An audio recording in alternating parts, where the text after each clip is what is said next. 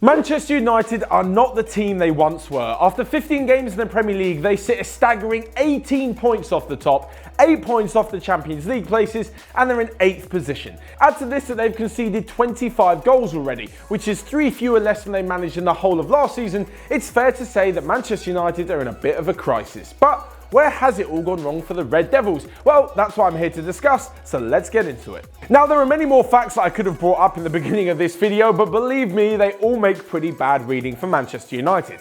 But one fact that still amazes me to this day is that Jose Mourinho is still the manager. Now, before I go on a massive rant about how Mourinho could potentially be driving the club into mid-table mediocrity, I will give him some props. Because over the years, he has been a fantastic manager. He's won the Champions League twice and won the league title in every single country that he's managed. That's Italy, Spain, England, and Portugal. He's definitely a winner. He just can't seem to do it anymore. Much like when a young player comes through the ranks, has a fantastic career and then slowly fades out towards the end, that's exactly what's happening with Mourinho right now. He just looks past it. Throughout all the antics at Manchester United, like the crazy press conferences, the public shaming of players, the antics on the sideline, all the arguments that he's gotten into, it looks like he's just not really a manager for the long term. Whenever there comes a club where their players need to be nurtured, where they need to grow and develop over a few years, you always think of someone like Jurgen Klopp, Pep Guardiola, and Mauricio Pochettino, coincidentally who's been linked with the Manchester United job post-Mourinho, who are the kind of guys who can definitely see United through the next few years. When it comes to Mourinho, he's a winner in this moment in time. If he has the players, has the squad, he can implement some new tactics, give the squad a bit of a boost and some belief, and get them to where they should be. For example, when he took on challenges earlier in his career, such as at Chelsea, such as Inter Milan and Real Madrid, he took over sleeping giants. He basically took over teams that had all the funds, had the players, had the backing, had everything they needed to be champions, and just helped them cross the line by giving them that mentality, that belief that they could win. Right now, when he walks into the dressing room and has to tell all of his players, you're 18 points behind your biggest rivals, Manchester City, but you can still do it, it's going to be a daunting task for anybody. Nevertheless, someone who seems to lose it at the smallest annoyance. Secondly, when it comes to Jose, his tactics are just too defensive-minded. Now, don't get me wrong, we always remember that Champions League semi-final where he went to Barcelona away with Inter Milan, went down to 10 men, and parked the bus big style to see them through to the final. However, that's just not working anymore. And partly, it's not really his fault. It's partly because he hasn't really got the defensive players to do that, but as a manager, he should see that and then see that his best option is to attack. There is no way you can still be considered a great manager when you drain the attacking life force of the likes of Lingard, Rashford, Martial and Lukaku. It's just not good enough on the pitch. With all this talk about Mourinho not doing a good job, you're probably wondering who can come in. Well, obviously, mid-season it's quite difficult to buy another manager out of his contract, so you're looking at someone who doesn't yet have a club. And of course, if you're a really good manager, the chances of you not having a club are quite slim. Hence why I think that United should do absolutely everything they can to bring in Zinedine Zidane. He currently hasn't got a club, and I know it's going to cost them a lot, but no more than an average signing at Old Trafford would do. With Zidane, I don't even need to talk about how good a manager he is.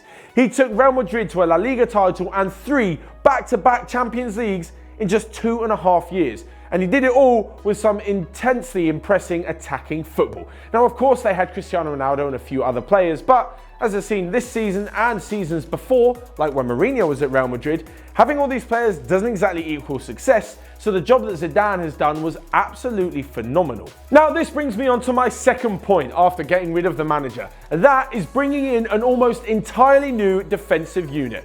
Now, it's going to sound harsh, but it's brutally honest. Phil Jones, Chris Smalling, Marcos Rojo, Antonio Valencia, Ashley Young and Matteo Darmian are not good enough.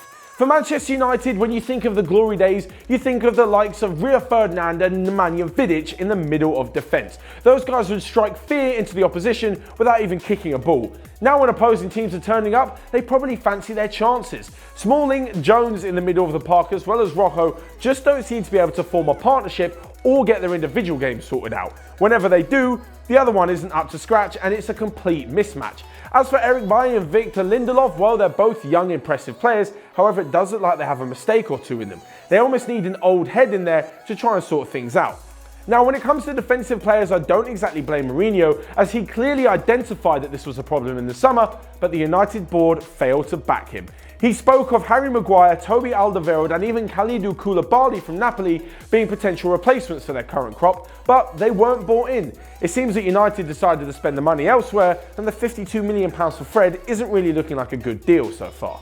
And talking of Fred, we move further forward into the next problem for Manchester United, and it's the midfield area, although maybe not with such a more drastic solution. They do already have some good players in there. Now, of course, I'm going to say again, when you're living up to the likes of Giggs, Beckham, Scholes, Ince, Butt, Keane, Scholes, the list goes on, it's not easy. It's not easy for a player to become one of those guys, and it's not easy for the board to find the next of that player. However, they've got to do better than what they've got now. First off, we'll start with the positives, and that is Paul Pogba. Now, say what you will about the Frenchman, but there is no way that he is completely at fault for his downturn in form. There is no possible explanation to me that a player who took the World Cup home in the summer is now sitting on the bench of Manchester United. The only thing different, he's playing under a different manager. It can be no coincidence. Going forward in attacking midfield, Juan Mata could be brilliant on his day when played in the right position, as can Jesse Lingard, but it's defensively where I really think they're struggling. Nemanja Matic had a fantastic debut season, but just is not the same player. He looks sluggish, lethargic when with the ball, slows the game down, and off the ball, even though he's a strong player, these quick, nifty Premier League players that we're seeing these days just outrun him so easily. All the pressure going on Scott McTominay is pretty unfair considering he's a youngster. And as for Ander Herrera, well, for someone who's supposed to be their vice-captain, he's in and out of the team so consistently because he's inconsistent. Oh, inconsistent. Inconsistent's not a word. Consistently inconsistent. He's in and out of the team and doesn't have the effect that you would expect for someone like him to have on the game. Just think elsewhere, the likes of Christian Eriksen, Dele Alli, David Silva, Bernardo Silva, all of these attacking midfielders are having an impact on the game week in, week out. Ander Herrera's just not doing that. As for Fred, well, we've already spoken about how he's possibly not the best signing of the summer, and £52 million looks like an incredible amount of money, and the kind of money they could have spent in defence. But moving on, and I just don't think Fred is what they thought he would be. Obviously, Manchester United need a ball winner. They need someone who's going to get around the whole pitch. They need an engine room. Now, N'Golo Kante's been linked in the last few weeks, but let's be honest, he's definitely not going to leave Chelsea to come to Manchester United.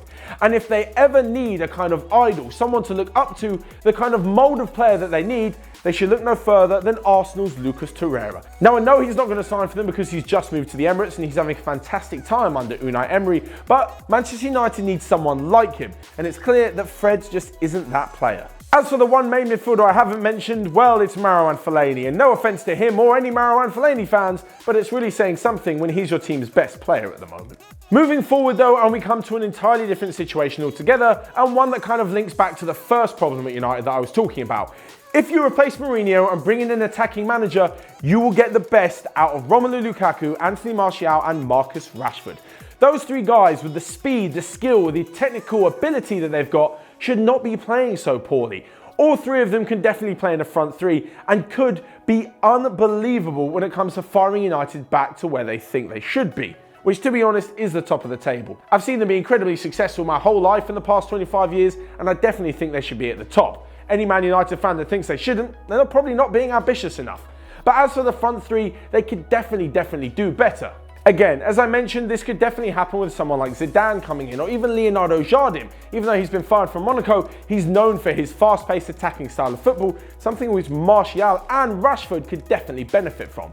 As for Romelu Lukaku, he just needs some confidence. He looks completely shot of it at the moment, and even though he broke his goal-scoring drought against Southampton, he just doesn't look like the same player we saw, or the same kind of player that convinced Manchester United to part with £75 million for him.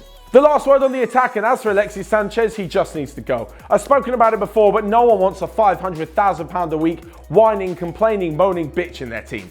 And if he does leave, it probably means that the likes of Angel Gomez and Andres Pereira will probably get more chances in the first team.